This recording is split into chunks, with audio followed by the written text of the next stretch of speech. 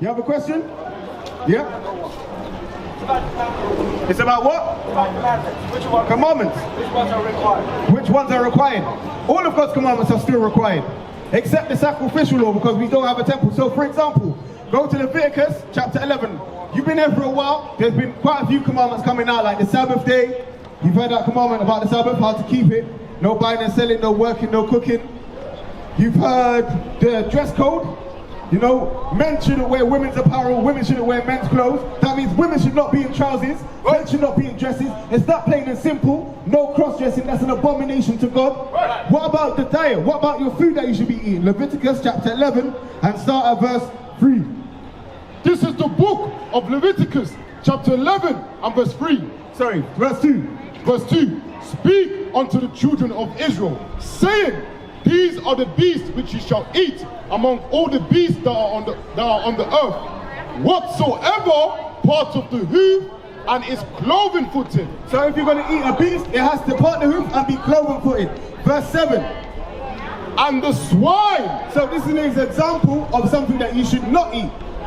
And the swine, though he divide the hoof. So the swine, he has a divide in his hoof. If you look at their feet, there's a divide, there's a cleft in their toe. Read on. And be cloven footed. And he's cloven footed. Yet he cheweth not the cud. However, he doesn't chew the cud. Those are two attributes of a clean animal. They have to have a divide in their hoof and chew the cud. But the pig does not chew the cud. Read that. He is unclean to you. Therefore, pork, the pig, is unclean. That's something that we should not be eating. It's an abomination to eat that. Do you eat pork? A lot. You eat pork, you eat ribs, bacon, pepperoni. Those are things that you should not be eating. It's an abomination. That is sin. You understand? So guess what? If you continue to eat those things, you're going to continue to be in sin. When Christ comes back, you're going to die. And what you're seeing is that a lot of our people are actually dying from it today. That's why there's high blood pressure, gout, diabetes, what else? Cholesterol. High cholesterol, because we're eating these unclean things. Go to verse Leviticus 11 and 17, I think it is. This is the book of Leviticus. This is the book of Leviticus, chapter 11 and verse 9. These shall ye eat of all that are in the waters, whatsoever had fins and scales. So again, continuing on with the dietary law, the fish that you can eat, things that live in the water, they have to have fins and scales. You're a vegetarian, then you're all right with the dietary law, my brother. But there are other laws that you need to be keeping as well. You understand? You don't eat flesh. All right, that's good, but there are other laws you need to know as well. It's not just about what you put in your body, but what you actually do. You understand? So my brother, real quick, if you have a girlfriend and you're not married, you're in sin. You understand? If you're cooking on the Sabbath day, you're in sin. And you're not going to get the kingdom. What we are teaching is going to save your life. All right, my brother? You have a flyer, check us out online, yeah? Yeah, my respect. So, Leviticus chapter 11 and verse 9, it has to have fins and scales. That means crab, shrimp, lobster, catfish. Those are all abominable things. You should not be eating them. If you eat any of them, snails, all of that nastiness, that is an abomination unto the Lord. You are in sin. Croydon, there are things that you put in your body that defile your temple. Go to Deuteronomy chapter 28. I'm going to show you how it defiles your temple, because there are curses that come. We've been reading the curses all throughout. When you sin, there are curses that fall upon you for breaking those commandments. You understand? Get that. Read that for me. This is the book of Deuteronomy, chapter 28 and verse 61. Bring it out. Also, every sickness and every plague which is not written in the book of this law, them will the Lord bring upon thee until thou be destroyed. So again, those are these plagues, those are these diseases like I spoke about. High blood pressure, gout, diabetes. Those are things that the Lord is going to plague you with for eating unclean food. And what about when Christ comes? Is it going to be the same? Or do you think there's going to be salvation? Isaiah chapter 66. This is the book of Isaiah chapter 66 and verse 15. For behold, the Lord will come with fire, and with his chariots like a whirlwind. So we know that Christ is black according to the Bible, and when he comes back, he's going to be coming back with fire. There's going to be great destruction coming back to this earth. Read on. To render his anger with fury. And when Christ comes back, he's going to be angry. He's not going to be coming back singing Kumbaya. He's not going to be coming back looking to hold hands and sing songs. He's coming back with anger and fury. And his rebuke with flames of fire. And he's going to be rebuking with fire. Thermonuclear destruction. Read on. For by fire and by his sword will the Lord plead with all flesh. So when Christ comes back, he's going to be pleading with all flesh by fire and by his sword. There's going to be killing. There's going to be great destruction and bloodshed when Christ returns. Read on. And the slain of the Lord shall be many. The slain shall be few. Shall be many. The slain shall be few. Shall be many. There's going to be many on the day of the Lord that are going to die. That's right. So you want to do what is required of you to make sure you are that few that are saved by keeping God's commandments. Read on. They that sanctify themselves and purify themselves in the garden beyond one tree in the midst. So they that go to church on a Sunday, that worship a white Jesus, that believe in a religion like Islam or Hindu, read on. Eating swine's flesh. And you're eating abominable things according to the commandments of the Lord. And the abomination, like what we read in Leviticus 11, the shrimp, crab, lobster, rabbit, hare, all of those things are abominations. Swine, it's an abomination, you should not be eating it. Read on. And the mouse shall be consumed together. They're going to be consumed in the day of the Lord with fire. That's right. There is going to be death and destruction in that day. Shall be consumed together, saith the Lord. So, again, what must you do then?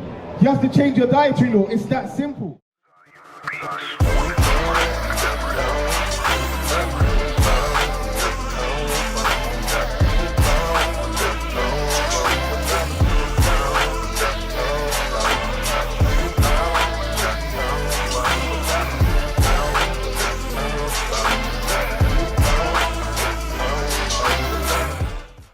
Change the food you eat. It's not a hard thing to keep God's commandments. They're not grievous. 1 John, 2 John 6. God's commandments aren't grievous. You got another question? You look like you have. Yeah? What about Acts? Peter's vision. Pardon? Peter's vision. Peter's vision. Yes. Okay. About Acts, yeah? In Acts. What about it? He had a vision where unclean animals appeared to him and he was commanded to eat them. Yep. He said, my whole life I've been a Jew and have not eaten anything unclean. But it was said to him that do not call what God has made clean unclean. Yeah. That's right. So what about that then? Do you think that means that you should be eating unclean food? What did he say in the beginning of that statement? Acts chapter 10. Wait, can I make a smaller question? Can you please read lightly? I have said so. Read lightly. The thing is, it's so everyone else can hear as well.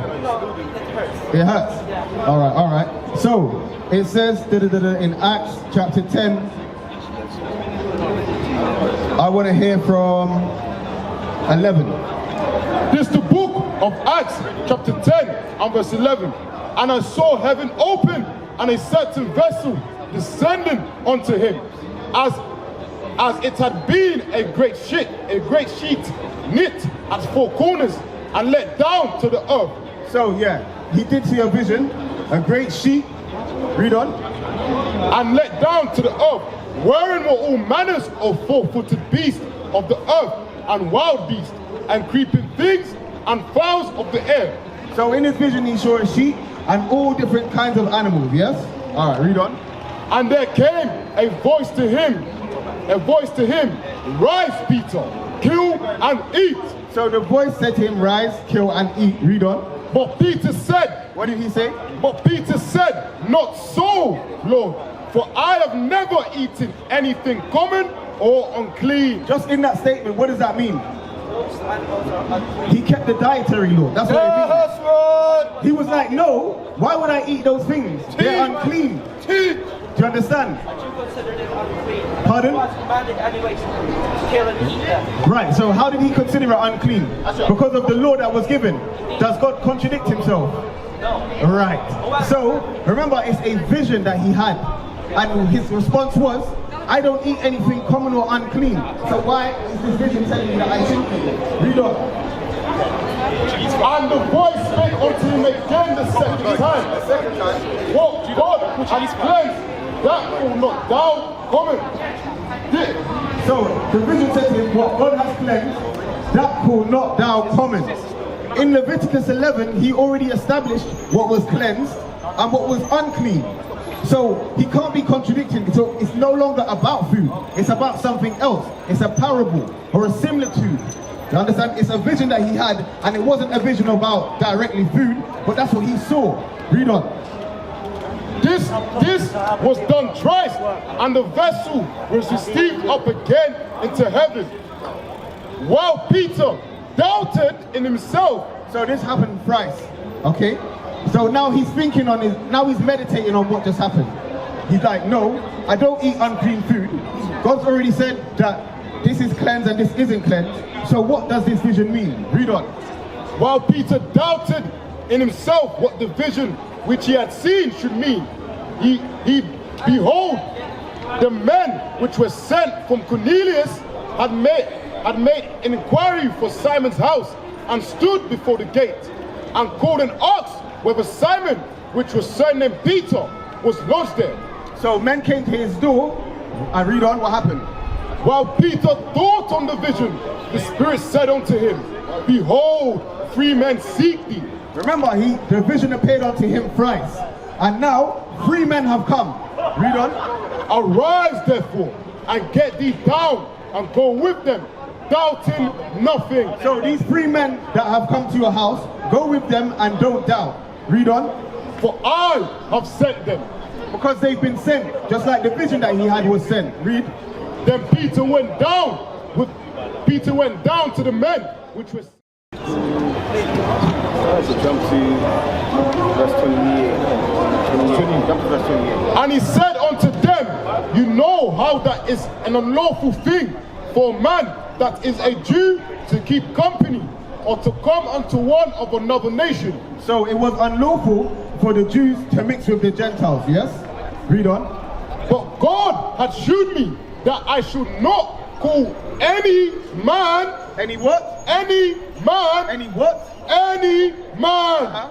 Common or unclean. So that vision that he had was not about the animals. It was about people. It was about the northern kingdom.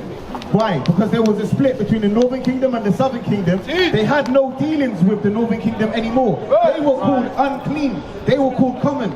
The dietary law had already been stamped and put in a place. So it's not about the dietary law, but the vision was about the northern kingdom. Don't call them common or unclean. They are still your nation. Although they went off in idolatry, guess what? They are now having the chance to repent. That's why when you read further, what was his job to do? His job was to go and teach the Gentiles. His job was to teach the northern kingdom. Do you understand? Who were still his people. To bring them back to their true identity of being the Israelites. What about the Greeks? What about the Greeks? Same thing. The Greeks, the Gentiles, everywhere you read about Israel in the Bible, anywhere you read about somewhere being saved, it is Israel. From the old to the new, they're just being called by different titles because they've been scattered and they've been Hellenized. Do you know about Hellenization? Okay, what's Hellenization? Greekified. Right, the process of becoming Greekified. So those Greeks that they've been talking about in Acts, when they continue on, are just Israelites that have been following the customs of the Greeks. Right. You understand? Yes. Okay. You sure? Yes. All right, good. So, again, what we do need...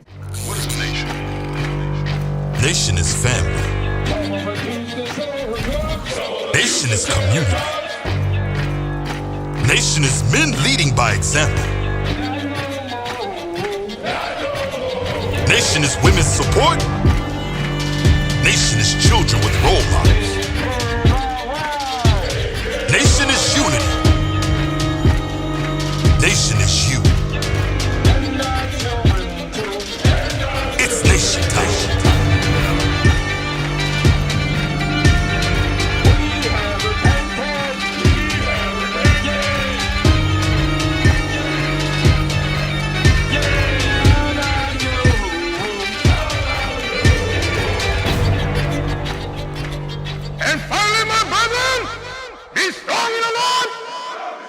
is wrong.